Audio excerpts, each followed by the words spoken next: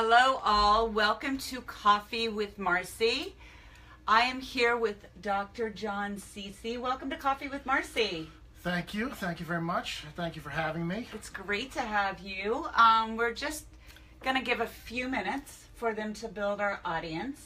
Yes. And so right now they're telling everyone we're on live. So come on, join us. Hello everyone. So Dr. John Cece is a chiropractor here in Waldwick, and he has a few accolades I'd like to talk about. First of all, let's see, New Jersey Family Magazine and 201 Magazine rated you one of the top chiropractors in Bergen County. Yes. Yeah. We feel very blessed, and of course, gratified that we earn those honors. Yeah, that's pretty awesome. You've definitely earned those, and I've heard some wonderful things about your practice. Thank you. So, Doctor, tell us a little bit about yourself, your background, your education. Okay. Yeah, I'll be happy to. First thing, I just got to go back to thanking you once again. Okay. For those of you who don't know, Marci and I just met, back in the green room, just, a couple minutes ago. We're in the green room, and I think that's one of the things that makes you special, because it's all, she brings the green room. She brings the green room. It's like the reverse of The Godfather. You make business personal. As opposed to, it's not personal, it's business. Right, You make the business personal. I think that's one of the great aspects of Coffee with Marci. Thank and why I'm so happy to be here. Thank you so much. So just wonderful. And it's great to be here. So nice to hear. For myself, yes, in Waldwick, practicing 27 years. It's a referral-based practice. We don't do a lot of advertising. We don't sell chicken dinners. We don't do anything like that. We just go one patient at a time, one referral at a time. And I think that's where getting some of those accolades is very nice, because it is really a relationship-based practice. We're treating the patient for the problem as opposed to just treating the problem. Right. And that's just so important to have the relationship with the patient, and communication both ways. Yeah. So we're just not talking at people. We're talking with people. So I think that's very important, because first of all, I think it's hard to go to the doctor, and you don't really know what's going on. You have a symptom, but there's probably a lot more going on, and to have you be able to make the person feel comfortable and explain what more is going on in the body is very important. Yes. And it's important because the anxiety of patients in pain is a big part of the pain, and so if we can have a friendly person at the desk and a friendly demeanor about us, it does help things. We did not plan, by the way. I don't know, when Marci comes into the building, I went down before, it smells like my grandmother is making, the Sunday sauce, and I'm thinking, this is great. It's like, how welcoming is it? You come to the building, it's like the Sunday sauce. We're having family dinner after this. I'm excited. Of course, I haven't eaten lunch, so it's like you're starving. It's like the temptation, It's like the temptation. She's like, do I eat or do I do the interview? I figured, Right. Marci's here, so can do both. Let's do the interview. Right. We have the coffee first. We'll have coffee, and then we'll have the lunch. Exactly. I don't know where we were. We were somewhere. Well, you're telling us about your education now. Oh yes. Yes. We want to hear about that too. One other thing. Hey guys, welcome. Welcome everybody. One other thing is that I have a lot of multi-generation families, and that's another gratifying thing. So when I say that, I have several families that I have 4 generations. I don't feel that old. But I have 4 generations of families, tons of 3-generation families, and that's really, really nice.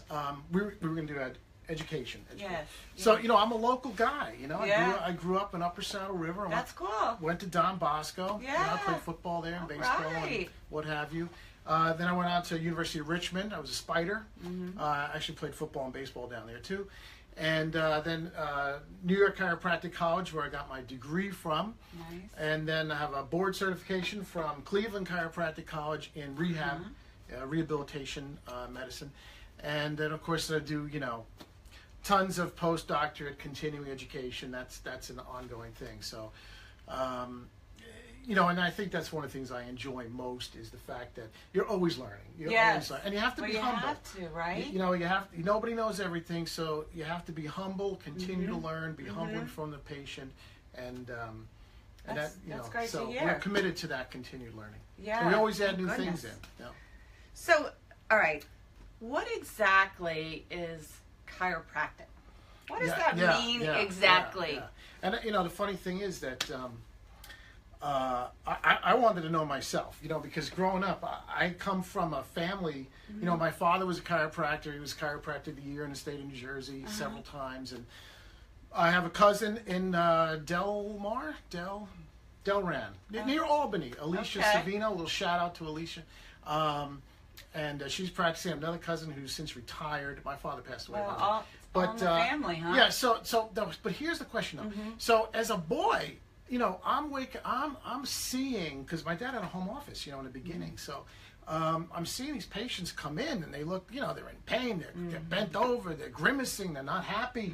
And then at the end, it's all smiles and everybody's laughing, and we're skipping out of the office. So as a boy, that made me say, what is going on? What is my dad doing? Right. You know, and that's what originally got me interested. You're changing people and their demeanor, and that resonated with you as a child. So exactly, you know, and so we the profession's been around since 1895. Dee Dee Palmer, and as the story goes, Dee Dee had a janitor who had a hearing problem. And Dee Dee put him down. Dee Dee was into healing and healing people, and he put him on the table, and he felt over here in the upper back, and he said, "Let me just see what happens if I push on this." Yeah. That was the first adjustment in the United States, anyway. Wow. And Dee Dee's hearing was improved. I'm sorry, Harvey Lillard's hearing was improved. And so Dee Dee thought he had cured, you know, deafness. Right. So that's what he thought, but he had, you know, that's where this whole thing started, from adjusting the spine. Although if you go back in ancient stuff, you know, you go to the ancient Chinese and the hieroglyphics on cave walls, and you know, they were actually doing some of this stuff going way back. Yeah. You know, was it Socrates, the father of medicine? You know, the doctor of the future, or what did he say? Not the doctor of the future, but to look to the spine. Basically, I don't have the quote on me. Hey, this is a live show. Yeah, right? So that's okay. You don't have to. You know, well, somebody in you don't research, have to know please, offhand. you know, Yeah, exactly. Can you help us? But yeah, so we're help patients. You know, obviously through the spine, and you know, for those staying around, I got some unbelievable science stuff to talk about. I promise it won't be too dry. I've got flu, the 1918 flu to talk about. I got all kinds of stuff. I don't know if we're going to get to everything. It could be our next segment. It could That's very right. well be. We could have a reoccurring show with you. You know, we could be on the road with Marci. On the road with Marci. That's right. So, but we understand that the spine has to be functioning properly. So that is our branch of medicine, is the examination of the spine to make sure that it's functioning properly, and then there's a whole host of neurological consequences from that, or sequelae, you know, one of which is pain management, stress, immune system, all kinds of things like that. So, well, it's amazing how the spine affects so many parts of our body, and if it is aligned, it helps in healing other parts. Is that correct? Yes, that is correct. Right. Yes. So, so someone comes in and they're like, Dr. Cece, my shoulder's hurting. Right. Is it really their shoulder that's hurting, or does the pain is there, but the source is somewhere else. It originates somewhere else, and you need to get to that. Right, and the answer really is both. Both. It can be the show you touched upon, and again, this is a live show, so Marci and I haven't talked about this stuff. I mean, shoulder is a very difficult clinical entity. Yeah. And the reason is it's 4 different joints is 32 different muscular attachments, plus the relationship to the neck, cervical spine, and the nerves therein. So yes, I treat tons of shoulder, tons of sports shoulders, and what have you.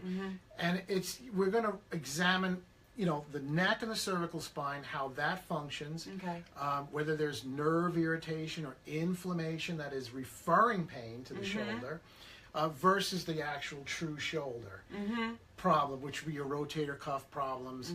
Everybody knows these kind of general terms: bursitis, rotator cuff. These are general terms which have, you know, sub-diagnoses underneath them. And we should mention that the shoulder is a great referral source of pain from viscera as well. Obviously, if it's a left shoulder and somebody's having difficulty breathing, chest pain and jaw pain, well, it should be good that we know that it could be a heart. Right. So gallbladder, heart, these things can refer pain up there too. So it's a whole.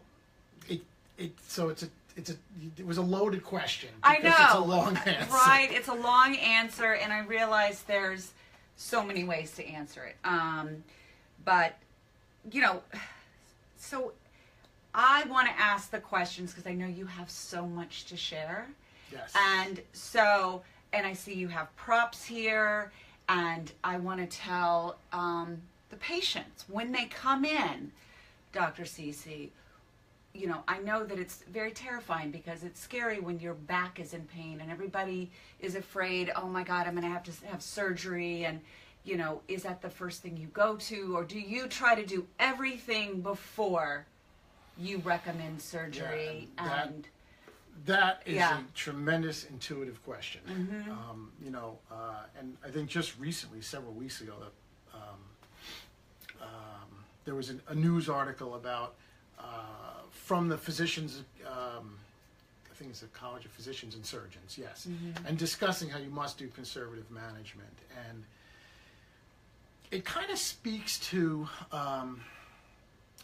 you know, why in an area so rich in orthopedic doctors, neurologists, let's try that, and also right across the river from New York City, where I share patients with, you know, hospitals for special surgery and New York Presbyterian. You know, why do I exist? I mean, shouldn't these guys know everything? I mean, really? They should know everything, for God's sakes. They're the specialists. But yet, there's a huge niche in there. There's a big gap between what they do, what might be done in the physical therapy world, and my stuff in there. We are looking at the function, and we think mechanically, not chemically. So the broad example, to keep it the simplest, is if you slam your hand in the door. Okay, we can get a quote unquote Harvard trained medical doctor, and we can give you medication for this hand that slammed in the door. Or from maybe the orthopedic world, we could remove the hinges from the door, you know, surgically remove those hinges. Or what I do is open the door. Okay. That's as simple as it gets. To open the door.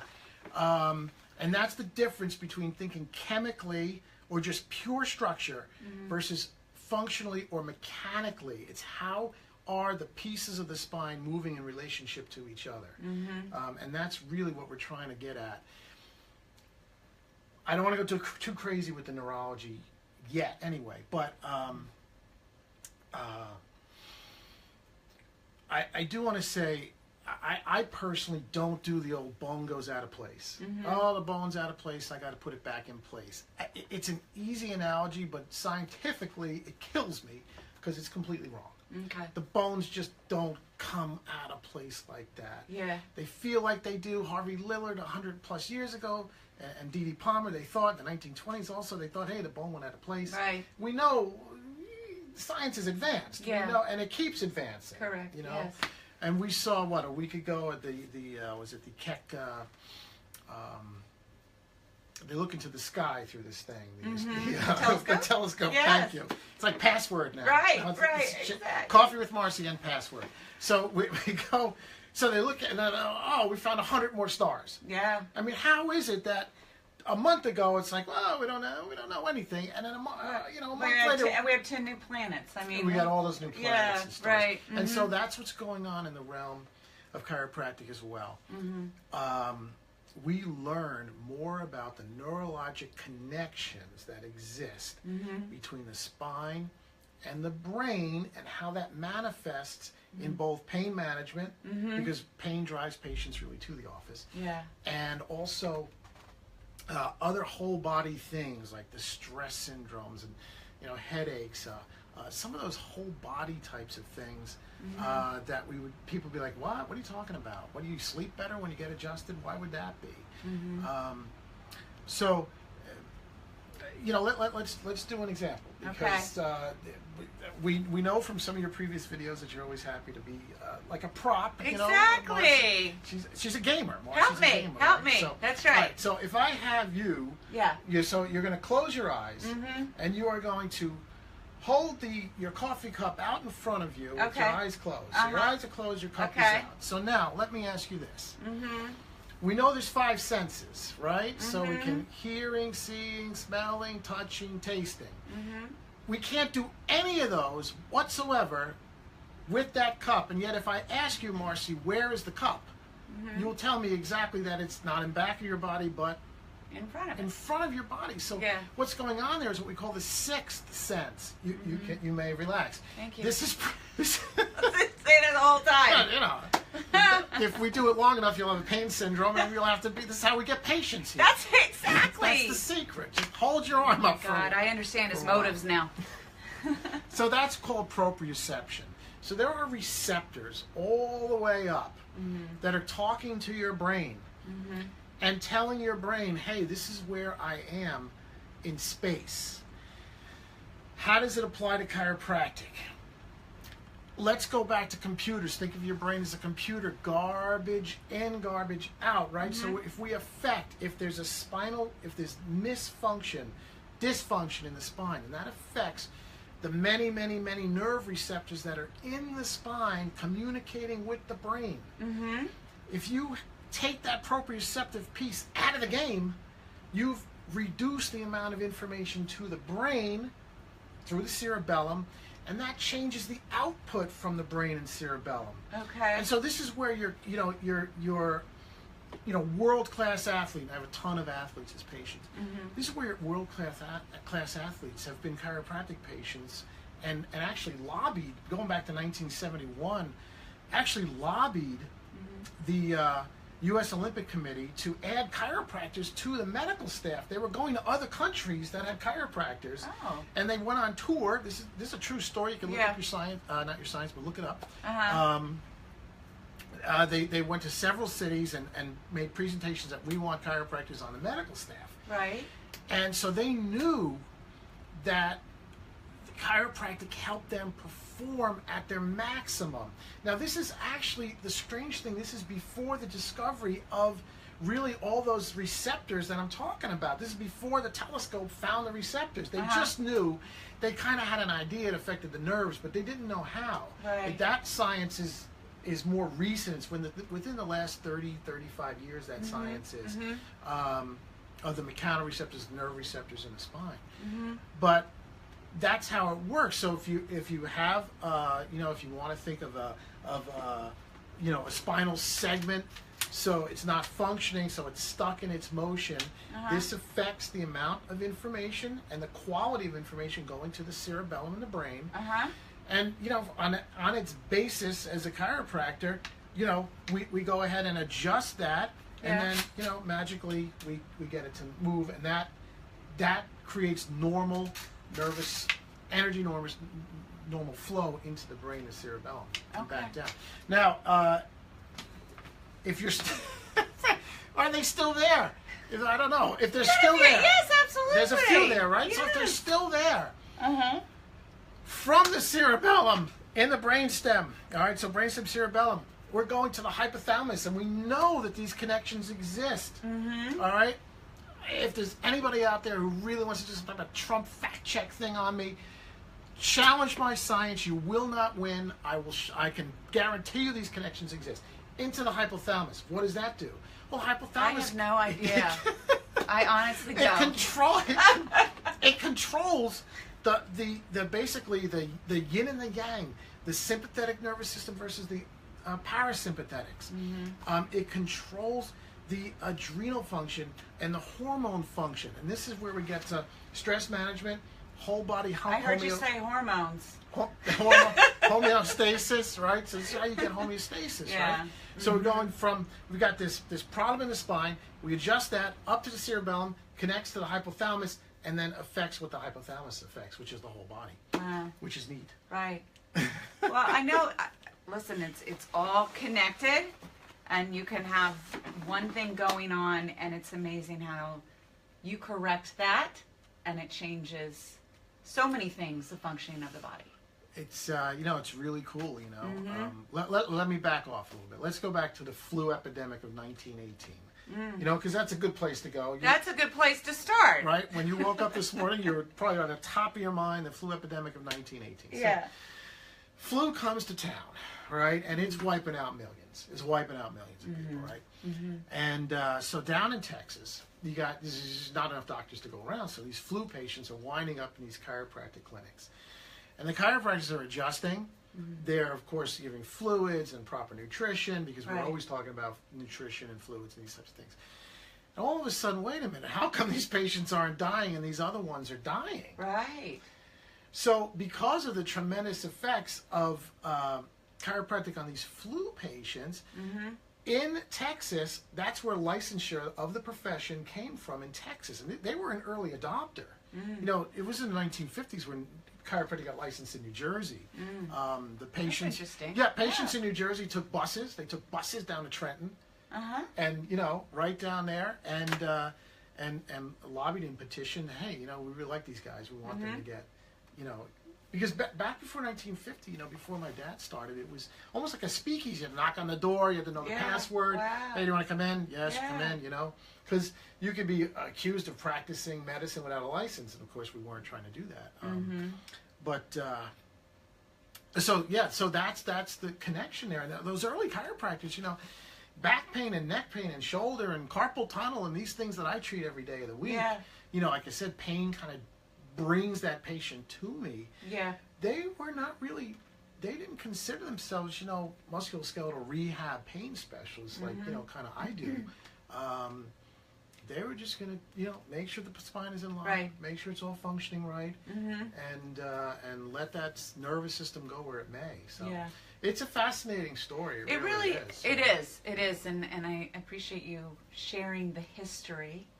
And one of the things that I want to ask as a potential patient or somebody that's out there, so when you have pain, whether it's in your back, your lower back, top back, neck, shoulders, at what point, it seems like you could do some things at home to help yourself. Maybe, we could talk about that a little bit. Sure. And at what point do you say, I need to go into the doctor? I cannot help myself. I keep continuing with this pain. And I know a lot of people that are in pain that continue to work out the same that they do. And I feel like that they would be continuing to irritate something and maybe make it worse by continuing, and they're not getting to the doctor in time. Yes. So when should... I think that's one of the, sad tragedies of what's going on now. Like we were saying about some of these difficult cases and cases that go unsolved out there. There is, I even hate to call myself an alternative because I don't feel that way. Because to me, as we just discussed, it's all applied neurology. Really, it's an application of neurology. But and we have this, I'm pivoting, but we have this kind of opioid problem going on, and heroin, at least the heroin, and this pain medication problem. Exactly. And man, you know what? If some of these folks got in here way before that, we wouldn't be having these problems. Isn't that interesting? Because they're just masking the problem. And so much of it is caused from the medical profession, and it's for different reasons. But I had a patient who's a hockey player, Division I college hockey player, and he legitimately needed surgery. He just ripped that shoulder apart. This was not in my... I looked at the shoulder, so you need surgery. Not in my hands. And so he does his surgery. His mother's a nurse. They gave him 125 oxycodones after the surgery. Oh my God. And his mother, who's a nurse, give me those things. Right. She took them away. I think she gave him 3. Yeah. Like, no, but that's a lot how these addictions start. You know, people start on these opioids, and then, of course, if you can't get that, heroin is much cheaper, and it's the same chemical makeup. Absolutely. But yeah, now as far as the big folks that aren't going to do you know, drugs, when you're losing function, you can't sleep. It's affecting you day in and day out. It behooves you to get treated and not allow things to progress and cascade down the road. I hate to go science on you, but Punjabi out of Yale University, just retired recently, 285 peer-reviewed papers Punjabi wrote. And he's the godfather of spinal biomechanics. And there's a chart that we discussed where he talks about, here's someone in pain here, or has a pain, or really before pain, you have dysfunction in the spine. And if you do nothing about that thing, well, there's a lot of other, you know, let's hold up the actual spine here. Yeah. There's all these other pieces that can kind of compensate. But what's happening to the one that's dysfunctional? It could stay dysfunctional a long time. You can still read and write. You can still do things. But eventually that piece will become arthritic. That's a pre-arthritic state when that bone is not functioning right. That joint is not functioning right. Well, what are you feeling? What are you feeling if you have one that's kind of out of whack? You might be just feeling a little bit of stiffness and decide, no, I can go on with it. Right. It could be relatively asymptomatic. You know, and if someone comes in and they say, oh, I don't have a lot of pain, but I'm feeling some discomfort, what do you do to find out what's going on? Yeah, so that's where the examination comes in. First off, all diagnosis in musculoskeletal medicine is, I'll just drop the spine, is what we call exclusionary. So go back to that example with the heart attack.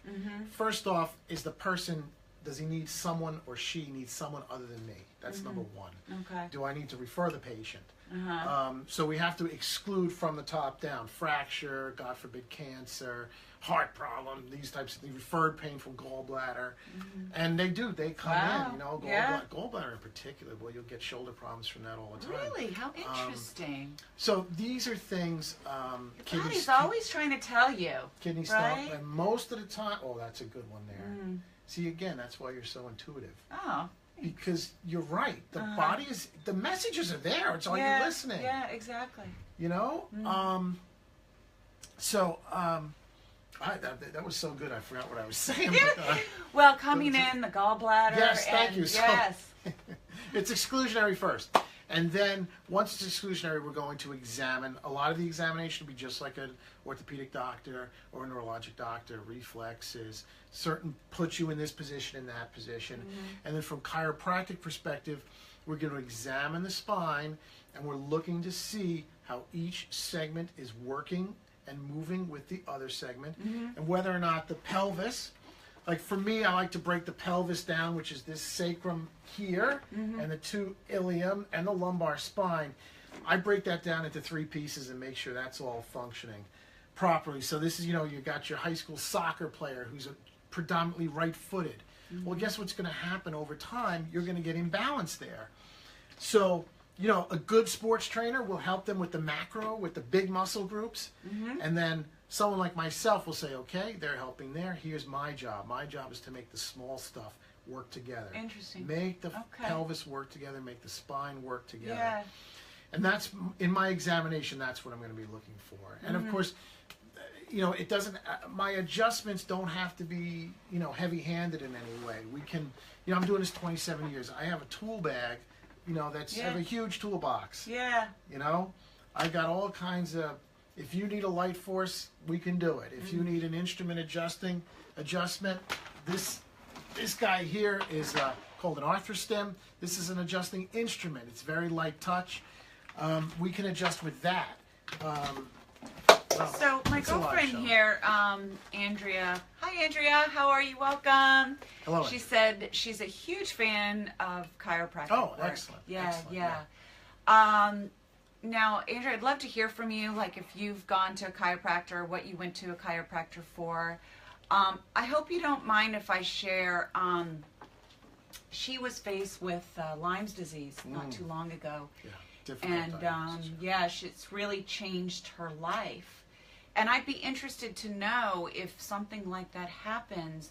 I mean, with all that your adjustments do and affecting the neurological system and all, would that be something that you could also help with pain management or? Yeah, this goes back to treating the patient with the problem as opposed to treating the problem. So if you're asking me, do I treat Lyme disease, the answer is no. Do I treat patients with Lyme disease, the answer is yes, of course. Because there can be consequences or sequelae from the Lyme disease. Even if it's just emotional stress that's spilling out and creating headaches or neck pain or back pain. We can treat all that kind of stuff as far as the pain management is concerned. And there is the full body management as well, as far as that information that we're getting up to the spine.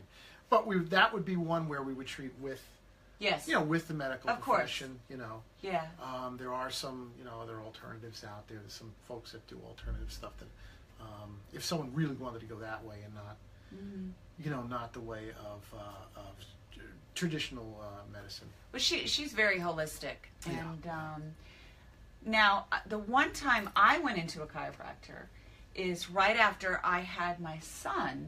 Yes. And I always had him attached to me in some way, whether it's the Bjorn holding him, the car seat. I had extreme pain through my shoulder. Yeah. And so that was the one time that I did go in, and it did relieve the pain and help me. Yeah. Yeah. Boy. Because that'll take you off the absolutely. Right? Boy, talk about a stressor. The children with the backpacks. With the big backpacks. This is what we see with children developing. Between the tech neck, I'm going to get back to pregnancy in a minute, but between the tech neck and the backpacks, we get kids with headaches now, and they're you're throwing Advil at them, and that's not the... And at this stage, when they're children, they're relatively easy fixes in the sense that they don't need, whatever X amount of treatments to address that. We will address the mechanics of the backpack, of course, but they're children. Those cells, they're changing, they're jumping. So if you just get them right, we can, blow away headache problems in children. Wow. Isn't that great? Because we don't want to be giving our children any medications if we don't have to. No, absolutely not. Going back to the pregnancy, certainly we have techniques and tables that work with pregnant patients who cannot take medication to affect the development. Well, that's good to know. So through the years, I have patients that were pregnant when I was starting out. Their kids are out of college now, and that, like I said, I don't feel that old, but I've been doing that a long time with the pregnant patients and women's issues related to children. We see a lot of wrist issues, mommy's thumb. That's another one. So you're carrying the tingling. Is that what it is? So that one's more of a tendonitis in the thumb. We see a lot of that. But going up the neck, we get the numbness and the tingling going down. Where people wake up in the morning and, my hand is numb, but if I shake it out a couple minutes, it comes back. Right. These are all usually from the neck. That's a type of thoracic outlet syndrome. So that's going to be from the neck, from the pec, and these are areas that we would be checking out and fixing. And those are so easy to treat. I mean, if you're getting up every morning with numb hands and you have to shake them out, please. I mean, that's a sign. Please, that's a sign. Come in. Your body's saying, your body is saying, please help me. Yeah, absolutely. Andrea said here, her chiropractor helped her general overall health. Lyme, cervical disc issues, and all 3 of her children get adjusted too, weekly. Yeah, that's nice. That's nice, And those, when you have a good chiropractor, it's a very powerful doctor and very powerful tool for you to have in your health, as a health consumer, a very powerful tool. Like any other profession, there's a continuum of folks that are really good and maybe some that aren't. And, it's just like the medical profession or any other profession. Yeah. How many coffee with Marcis are there? There's pretenders, but there's only one. That's right, only one of me. Coffee with Marci, right? So, but if you have, and Andrea has a great chiropractor, evidently, if you have a great chiropractor, a good chiropractor, it can make a lot for your health. And, typically we're very cost effective. Treatments are not particularly expensive. Office visits aren't particularly expensive.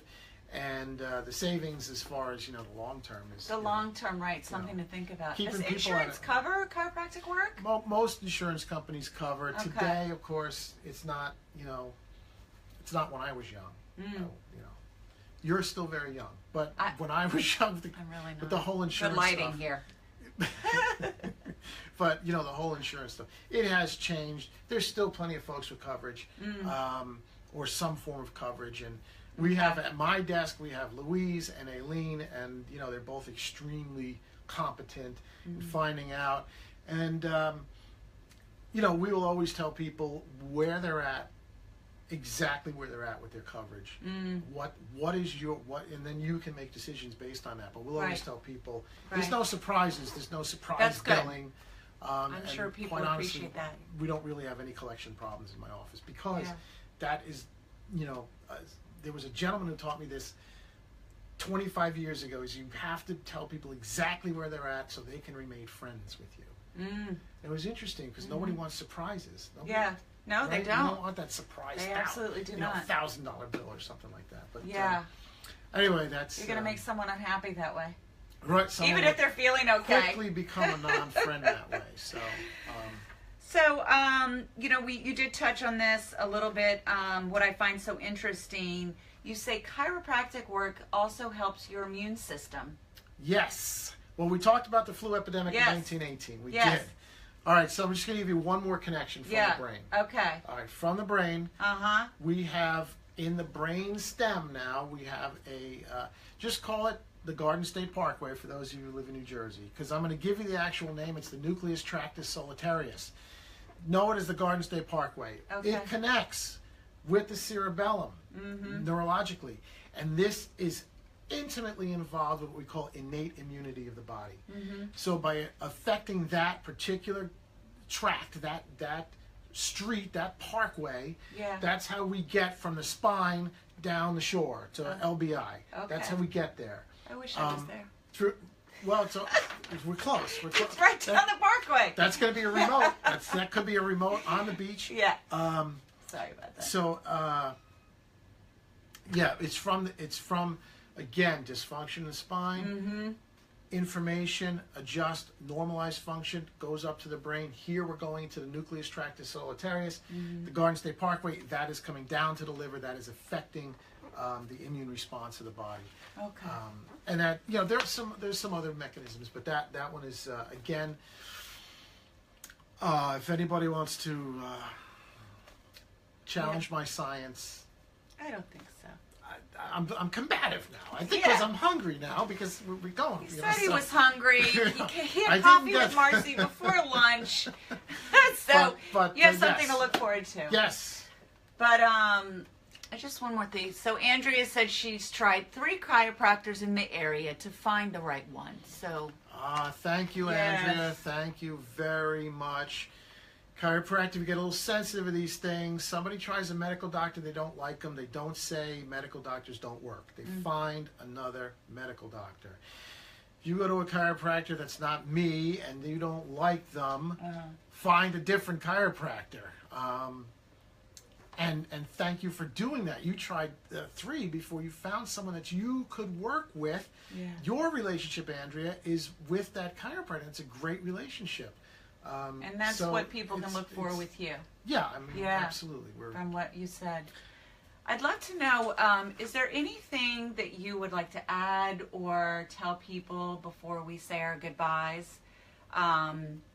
We've learned so much from you. Honestly, it's like I never even knew all of this. So that's why I love doing what I do, because I get to hear and learn from the best. And so I appreciate that, and also hearing that you have a friendly family type office atmosphere, which is very important. So it sounds like anyone would benefit by coming to you. But is there any last thoughts that you'd like to leave with the viewers? We care. I think, when I say we, again, Louise and Aileen and anyone associated with my practice, we care. We are here to help. It's a relationship thing. If we certainly understand people's fears and anxiety, but like I said, I have so many ways to treat people that are from more traditional ways to maybe what we might call lighter touch ways, or instrument adjusting. We didn't get to, and this could be another segment, cool cases versus difficult cases. We didn't get there, but we'll do it at some time.